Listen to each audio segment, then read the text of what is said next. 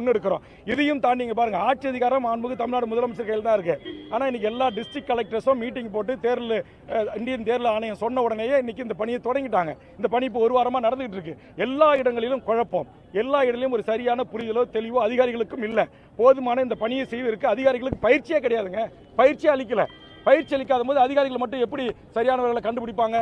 எப்படி சரியானவர்கள் இல்லை என்று முடிவெடுத்து நீக்குவாங்க? இப்போ என்னுடைய உறவுக்காரர் ஒருத்தர் வெளிநாட்டில் 6 மாசமா வேலைக்கு போயிருக்காரு. 6 மாசம் கழிச்சு வந்துருவாரு. இப்போ இந்த 3 முறை இவங்க வருவாங்க பிஎல்ஓ. அப்போ அவர் வீட்டில் இல்லை அப்படின்னாக்கா அவர் பேரை நீக்கணும்னு அறிவிக்கிறீங்க. இது எந்த விதத்தில் நியாயம்? அவன் இந்த இந்திய நாட்டில் 100 கோடி பேருக்கு இருக்கிற மக்களுக்கு நாங்கள் ஆண்டுக்கு 10 கோடி ரூபாய்க்கு 10 கோடி பேருக்கு வேலை தருவோம்னு சொன்ன நரேந்திர மோடி வாய மூடிக்கிட்டாரு.